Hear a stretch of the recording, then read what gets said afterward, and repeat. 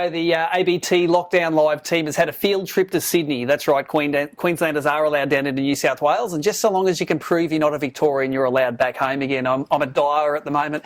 Been here for all of their launches they've had this week. They've launched their new reels, their new rods, their new accessories, and the man you would have seen in front of the camera right here, Tom Slater, ABT's noted Day 2 Sinclair bass chaser. Well, here with mate, you are the chief of developing new products in this joint, and literally you've got a wall full of it here. Sure do. But there was a lot of product there that probably isn't in the hitting zone for ABT guys. What we're going to do for you tonight is break down the ABT relevant stuff, and this man is going to take you all the way through it. So reels, the latest thing that's out relevant to our guys was the Luvius, so we've already talked about that on the show. Covered that on one of the first lockdown lives, I think. But you have a great accompaniment for that reel now, and it's the world's biggest range of finesse BREAM rods that we've ever seen in Australia, isn't it, mate? So take us through your pride and joy. Yeah, for sure. So we did launch a full assortment of Infeet rods this year. So the Infeet model of the last couple of years has been really successful for us. So what we did is we fully expanded it this year. We did 3 price ranges, everything from $189 entry level, tournament rod, all the way through to the Bee's Knees $499 EX series. So the thing with all the Infeets that's hard to convey over video is just how incredibly light they are. That's right. We had the scales out yesterday, and these weigh in around the 80 gram mark, which is ridiculously light. Yeah, insanely light, and that really gives sensitivity. So anytime you can make a really light rod, you're going to make a really sensitive rod. So the lightweight aspect of the development of this was really one of the key considerations. Now, take us through the colour schemes. I'm sort of on top of what rods do what, but the colour schemes took me a little bit to get my head around. So run us through the reds and the blues. Yeah, so we, rather than making a rod and just singling it out for a single specific technique, even though we've designed them to be very technique specific, rather than just calling one rod the crankbait rod, instead of that, what we did is we colour coded them. So fast action rods, black and red. Regular taper rods, blue and white. When you're in your local Daiwa dealer, you'll be able to look on the rack. You might be looking for a crankbait rod. To look for the blue and white Infeets. No matter what the series, all that colour scheme flows through the whole range. Yep, so colour scheme does not equal price point. Colour scheme equals rod action. Now, the thing that I think within that we need to break down is the fact that even though it can be a fast action rod, it doesn't necessarily mean it's a stiff rod. So some of my favourite rods that I would normally fish a slow action rod for, I'm picking a fast action in the Infeet because it's got that soft tip, but it is very forgiving through the action of the blank. Yeah, and that's something that we've really taken into consideration with this Infeet range, is they're very finesse orientated, and they're because of that, they're probably a little bit lighter than what you're used to from a standard dial rod like a TD Zero or a TD Black. You pick up a light rod like an LFS or an LRS in an Infeet, it's probably going to feel a little bit softer than those kind of all-rounder series. And that's because this is really geared towards the people that know what they want. They know they want a finesse light rod for whether it's the BREAM tournament guys or people socially fishing for whiting or something like that. They know they want a light rod, and that's where Infeet's really designed for.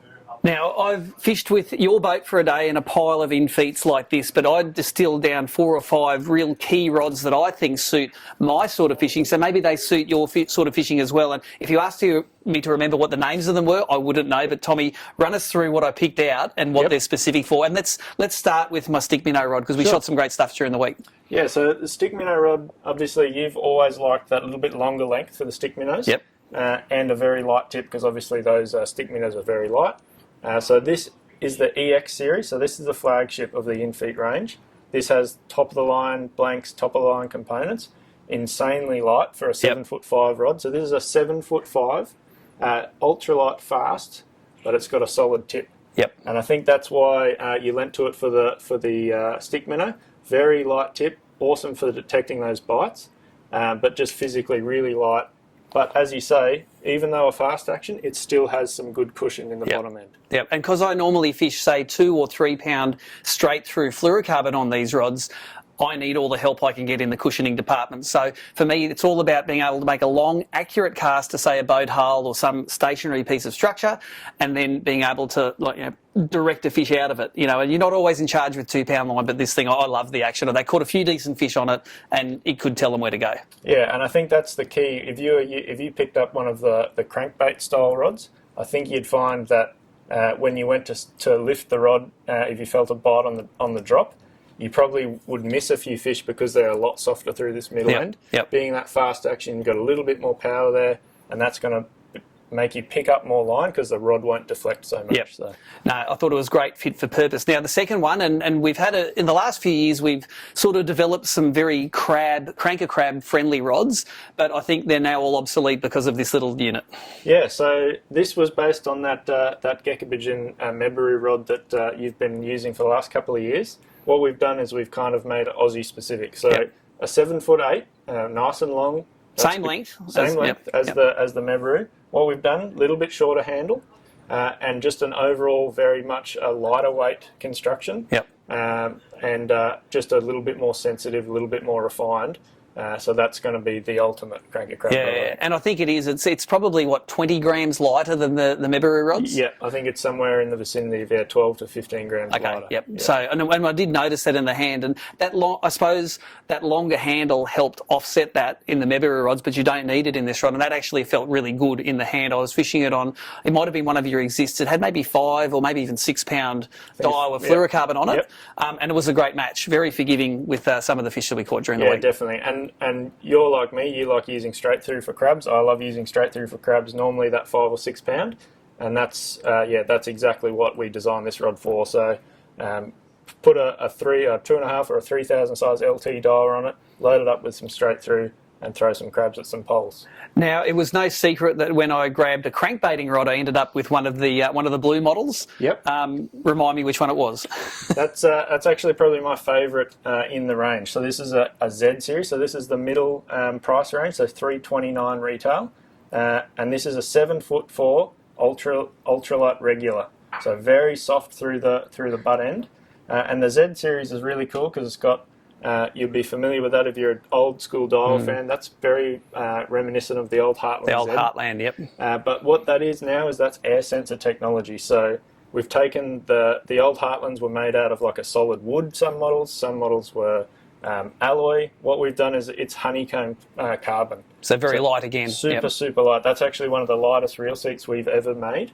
And putting it on this rod with the stainless steel SICs down the top, but then going to titanium on the tip, has just meant that's incredibly lightweight, and as a result really cast those crankbaits a long way. Now, you know what got me with this rod is the fact that my old favourite crankbaiting rod that I've probably used for 10 years is a 7'4" Norrie's trout rod, and it was sort of a very slow action, but it had a lot of graphite in it. It was like the heaviest trout rod you could get. So when I picked this up, it's like, ooh, that action's familiar. The butt is the right length, but the whole thing, it must be 30 grams, I think, lighter than the original one. So from a casting point of view, it was more accurate. It was a bit more responsive, but for, when it come to pulling the fish out, and there's some overlay footage that you're seeing here, not afraid to put a bend in this thing, and it cushions them and gets them out. Yeah, for sure. So there's actually quite a lot of crankbait specific models. This one, I think we've picked it out as being our favourite, but I have made some. I'm a big fan of crankbaiting the washers in the Hawkesbury River. Yep. I've actually made a couple of rods for that are they're a light action, not an ultralight. Yep.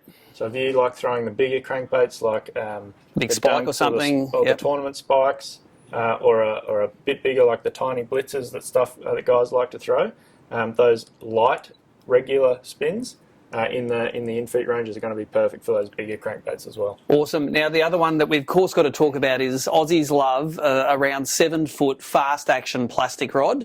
I think it's the most popular rod on the tour, and we even found one in here that I liked. I'm a notorious disliker of fishing jig head rig plastics, but this one got me across the line. Yep, I think you just have never really fell in love with a standard 7 foot Australian spin rod, but this EX 702 LFS butt joint 7-footer, and like most of the Infeet rods that are around that 7 foot to 7.6 mark, they're actually mostly butt jointed.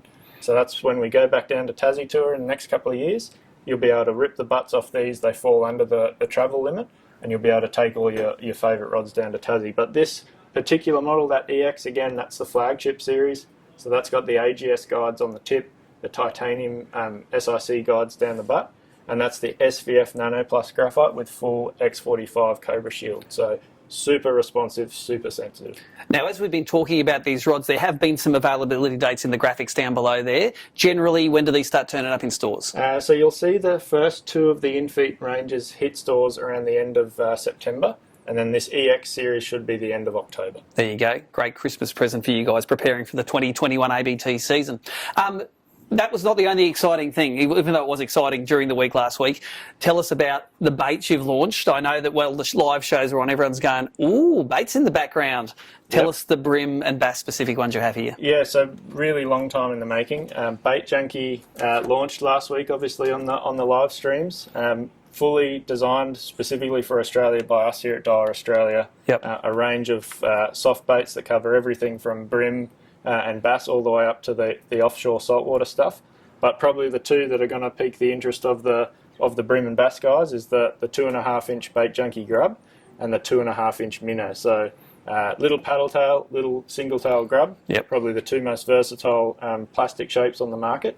And we've really put the effort into making these a little bit different to the others on the market. And I think that's when I was talking to Chris Hickson about it, he said, you won't believe the amount of work which is optimising these things to fish on the jig heads that we fish. It's not just out of an overseas catalogue, it has been Hicksonised and Slaterified to within an inch of its life. Yeah, for sure. So I was really lucky to have Chris, obviously, to bounce ideas off over the period of development. I bounced ideas off a lot of actually ABT guys around the tour. And like the grub, for example, we've been really careful to design the tail in such a way that the tip of the tail runs parallel to the body. And when I was doing the development over the last couple of years, I was trying every single grub I could find, whether it was in Australia, overseas. And what we found, making some prototypes of this, was when we put the tip of the tail parallel with the body, that was the biggest difference to being able to have a bait that swam on the drop on a lighter weight jig head, which for BREAM tournament fishing can be the difference between getting a bite and not. That's right. You want it to be working as it's falling down, not only when it's sitting on the bottom. Exactly. And I think that all comes down to that, obviously, if you can imagine, as that swims through the water pressure is all hitting that inside curve of the tail.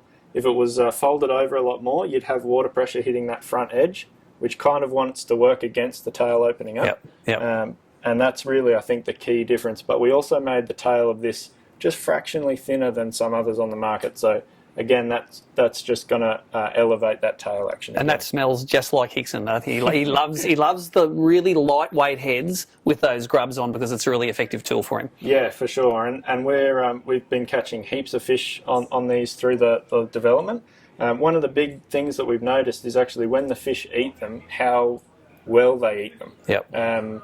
Me and Chris obviously have done a lot of testing of this, but we mix in an amino-based scent profile to the material, so it is that stretchy, buoyant, we call it Elastamax, and we mix in that amino-based scent profile, and I'm not sure what it is, but there definitely seems to be something, because when they eat this thing, they eat it all the way down. They get it all the way down. Now let's swap to the little the long little swim bait here. I see there is an articulation in the middle of this, and it suits the way that I love ringing them. Yeah, for sure. So there is that what we call that skinny waist in the middle of the lure, and again, that was this has been a bait that I've really wanted to make for probably 4 years. I love fishing small paddle tails, especially for bass in St Clair and Glenbourne.